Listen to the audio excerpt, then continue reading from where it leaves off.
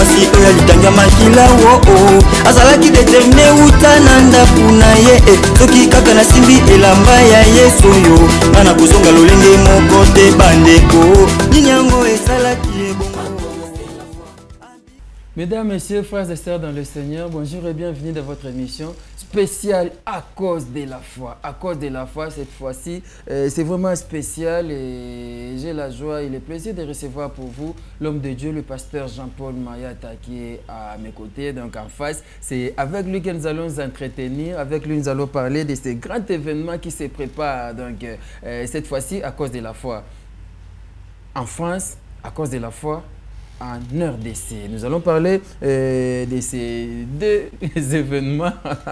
Donc, en France, précisément, ce sera à Orléans du 3 au 5 juin. C'est pour ce mois que c'est pour très bientôt à cause de la foi. L'homme de Dieu, bonjour. Bonjour, Papa. Bienvenue dans notre plateau. Merci aussi. Merci. C'est Sengopé, l'Ipamboli Agozana Awa, et à cause de la foi, cette fois-ci, Mibale. D'abord, à cause de la foi, Isa Ning. Merci, Papa Rabbi. À cause de la foi, il y a une activité évangélique, où il y a un objectif principal, où il y a gagné l'âme pour le Christ. Et après, suite à la délivrance et tout ça. Mais la mission primordiale, il y a à cause de la foi, d'abord pour nous gagner l'âme. Donc, il y a action évangélique. Il y a campagne campagne d'évangélisation. Voilà. Il y a une campagne. Oui, comme il y a une croisade de prière, parce que tout le monde a évangélisation. Or, l'évangélisation est la base de l'église. Parce que ceux qui ont gagné, mission accomplie, Matthieu chapitre 28, dans verset 18 à 20, Christ a dit aller faire de toutes les nations des disciples. Donc c'est l'évangélisation. Tout est pardon à péché, puis tout est à repentance. Et on a une mission Christ a tenu là, église n'est pas moi et après la délivrance, ma pamboli payé on a si mal au matin.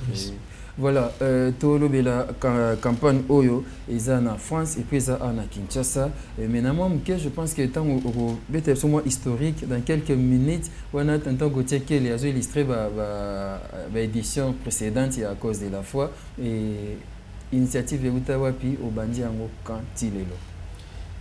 Initiative Utawapi par exemple, parce que à cause de la foi, na qualité un évangéliste. Et on a le fier, c'est vrai que ça me la passe, mais on a le évangéliste. Pour batubele, il y aura ministère évangélique. Des fois, on préfère un pasteur, un prophète, un apôtre, un titre. Évangéliste, on a considéré le roi Mona Mouké. Mais on a fier parce que na bandi Moussala Nzambe Bongoti, nous avons un ministère évangélique, consacré à la qualité évangéliste en 2009. Et en 2014, nous avons inspiration, tout message en Nzambe au sala activité évangélique. Donc à cause de la foi, il y a le bosso de ça en 2014. Ils ont un fikin, dans la rate pavillon, tout banda wana. Donc c'est une mission que le Seigneur m'a donné la qualité un évangéliste. Nous avons plus sur le terrain pour nous les brebis perdues, comme lui-même l'a dit, il est venu pour les brebis perdues d'Israël. Et aujourd'hui, moi, je dis, il était venu pour tous les brebis perdus à travers le monde. Pour n'importe quel mot le Seigneur est sauvé. Donc voilà, bref, à cause de la foi, il y a en 2014, première édition. Première édition 2014, Tilelo, comme la 7e édition. Et nous avons la 7e édition parce que nous avons la 9e édition.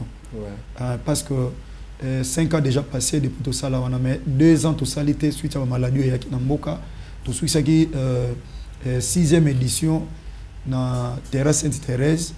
Donc 7e tout ça, 8e tout ça, on a 2 ans. Alors tu vois que maman était dans 9e. On va te souhaiter. Ok, on va revenir sur ça, mais je pense que vous avez vu les images en illustration, les images à l'édition précédente, et les événements où ils rassemblent une foule qui va répondre à l'activité. Ça demande beaucoup de moyens, mais les autres moyens, on aura des émissions autant de préparatifs. Mais cette année, ils ont tout le monde en sport, Cannes, Jimele, Gabon, Ghana. Cette fois-ci, à cause de la foi, na Kinshasa, RDC, et puis na France, na Orléans. Ouais. Tu vas qu'on s'est préparé déjà pour na awa. Et nous avons bolingo na ye bongisi aussi bandeko bazali banda mboka bako ko bénéficier na yango. Donc biso zaina ba préparative awa.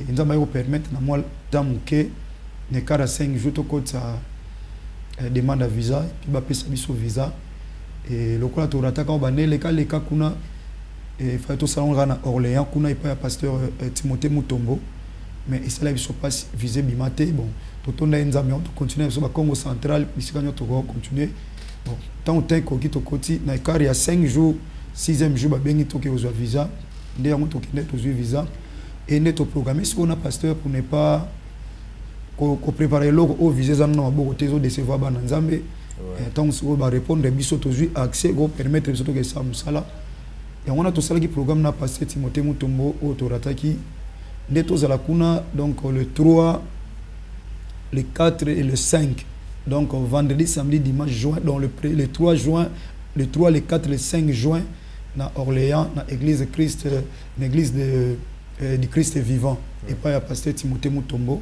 dès que vous allez à cause de la foi qu'on va voir grâce vous allez 3 jours mais bien vous allez 2 jours 3 jours et à cause de la foi en France précisément à Orléans du 3 au 5 juin na église du Christ vivant et pas le pasteur Timothée Mutombo à Kambaka adresse est allée je pense que va quoi afficher j'ai l'adresse là peut-être vous comprendre la prononciation nanga église du Christ vivant adresse 60 rue de la Bissonnerie 45 800 Saint-Jean-de-Braille Orléans et ils appellent ça au Bungate bah au webinaire Zalaga navette disponible au tram B arrêt Claude du Hameau sur une prononciation ma B botuna tuna donc c'est pour ces 3 4 et puis 5 juin à Orléans avec l'homme de Dieu le pasteur Jean-Paul Mayata l'homme de la foi et c'est la première fois pasteur OK Mikili Apoto. Oui papa Rabieza ambala liboso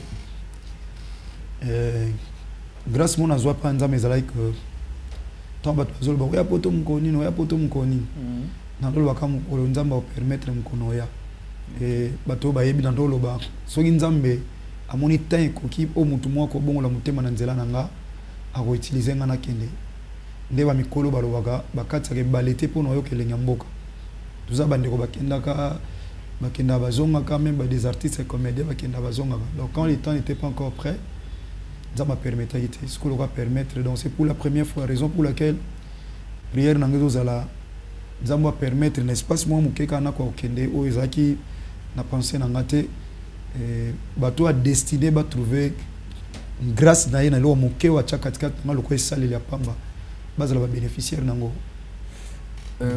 Oui, question je vais essayer de poser quelques questions. Tu as un plateau spécial à cause de la foi.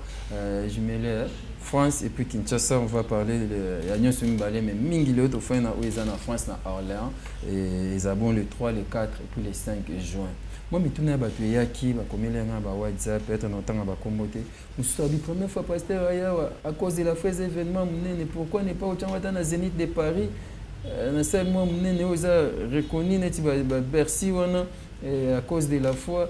Mais on a Orléans, pourquoi? Papa Rabi, en fait, ils ont battu un message. Ils ont même avant l'église à CFC. Ils ont un message.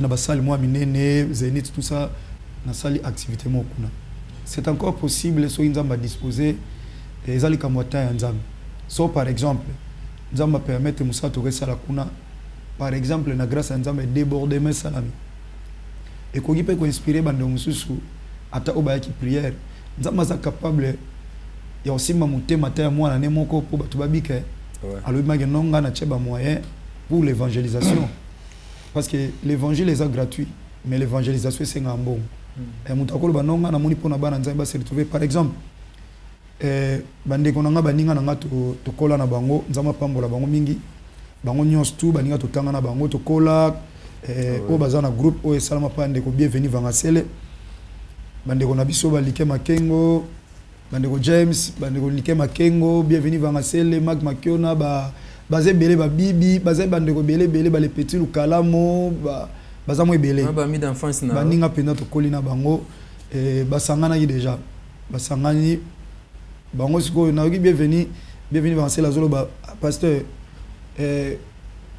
toko kutana batu na ndaku na ngai na habité na ndaku na batu ba lukanga ba luka prière alors ndaku no ekoma lia prière tinda comme le faisal bino il faut les salles moko pas liker makengo mais so ndenge ni tout ça ba sola donc au moins souci batu baza na moi salle moko boy pour baza na Paris baza précisément na Paris mais ngana osa musala na Orléans bande musu ba futa batike ba yana bango Orléans bazo za hotel kuna ba futa batike ba za hotel bazo bongisa batike tout ça mais eza bande musu pe ta musu musala ana mambo na yako ya futi pe hotel na yeme musala ko pexaye akwa ko yakuna alors on peut hotala Taneti dimanche déjà la majorité baza off.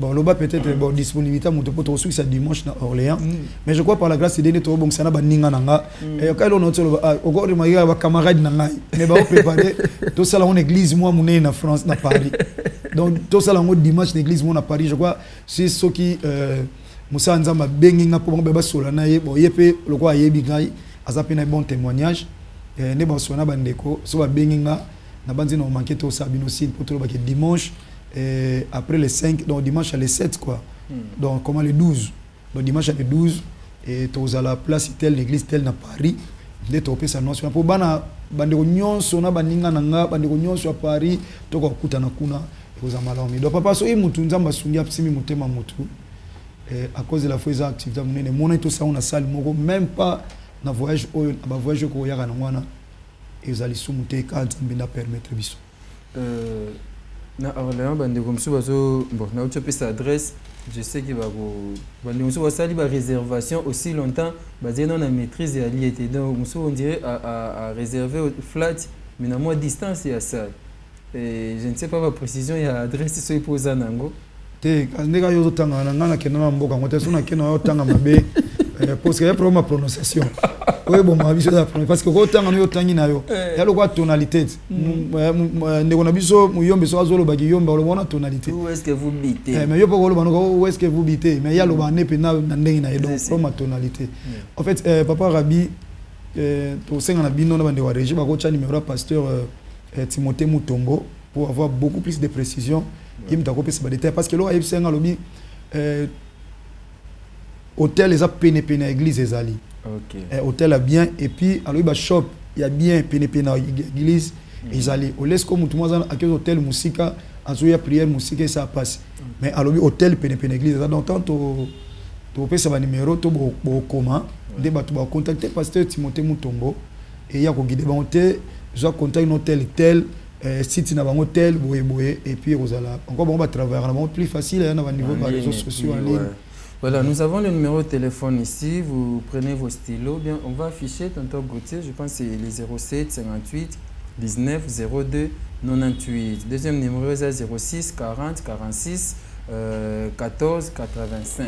Au numéro on a au Bengi l'homme de Dieu, le pasteur Timothée Mutombo. Pasteur titulaire, il y a Église Christ vivant. Ils ont bon à Orléans, on a pu savoir des détails. Aux amours notre Père, raté rendez-vous au loté du 3 au 5 juin, tous à Orléans à cause de la foi. Première édition, version Europe. Mais toujours comme on a édition donc zala wana biso to lobato bomba te to panza sango ozade na batch na yo zala na ozane elamba SFC lata ozana à cause de la foi kozanga te oyo ngana lati ya Kinshasa batch na biso ya cause de la foi ya Kinshasa samedi 30 et dimanche 31 na terrain Sainte-Thérèse na 14h pour na ba programme il y a 3 journées oyo eza na ba heure moroté premier jour et na 18h kino 21h. Deuxième jour, on a vendredi 18h, kino 21h. Samedi, et bandi 15h, 18h. Mais dimanche, tous en a tongo. De 10h à 13h, toko misankolo, to yembela nzambe, toko bombate, toko panza sango. Kole Soumassia Nazareth, Zamba solo, pe ya bomoy. Et sous la permission, il y a tonton Gauthier qui est en régie. On va suivre un extrait, juste un extrait. Il y a 6e ou 5e édition, il y a Gauthier, il y a à cause de la foi où il y a Kinshasa, tout le monde a ndenge zalaka à cause de la foi. Suivons. À cause de la foi. À cause de la foi. À cause de la foi. À cause de la foi. Lokola mwasi oyo alitanga makila azalaki determine uta na ndaku na ye soki kaka nasimbi elamba ya Yesu oyo nga na kozonga lolenge moko te bandeko nini yango esalaki ebongo tika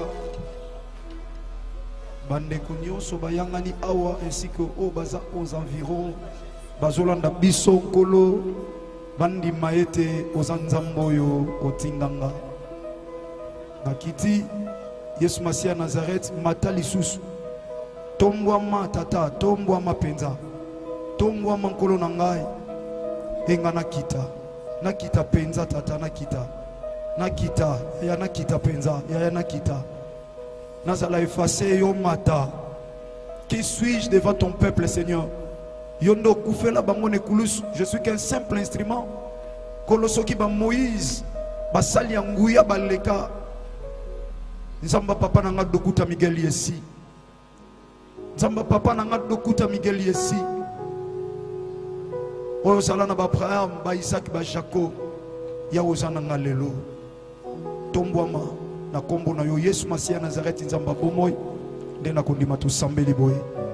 Nde biso nyonso lokola peuple moko na kondima to lobi. Merci Seigneur Jésus-Christ de Nazareth. Amen. Bien-aimé tolito yo kaliloba na nzambe. Na mwa minute muke to kaliloba na nzambe. Tendre Père na lina loba lokola instrument ya pamba. Zala nanga. Nazali pamboli pona peuple na yo na circonstance alelo. Gloire na yo se manifester liloba no kota na mitema batu ba pesa yo bomo ina bango c'est ça bit to yangani ao. Tika nzamba lola opambola biso opambola groupe les bons samaritains mobimba 21 ans nzamba ba sacrifice et 18 ans na télévision Seigneur. Zala na biso ozalaki zala pe continuer na biso na kombo Yesu Masia Nazareth de te recommander ki tant oyo pe na kondima tolobi. Amen. Merci bien-aimé. Nalina lobela teme moko oyo tokozula ngo ta mingi te.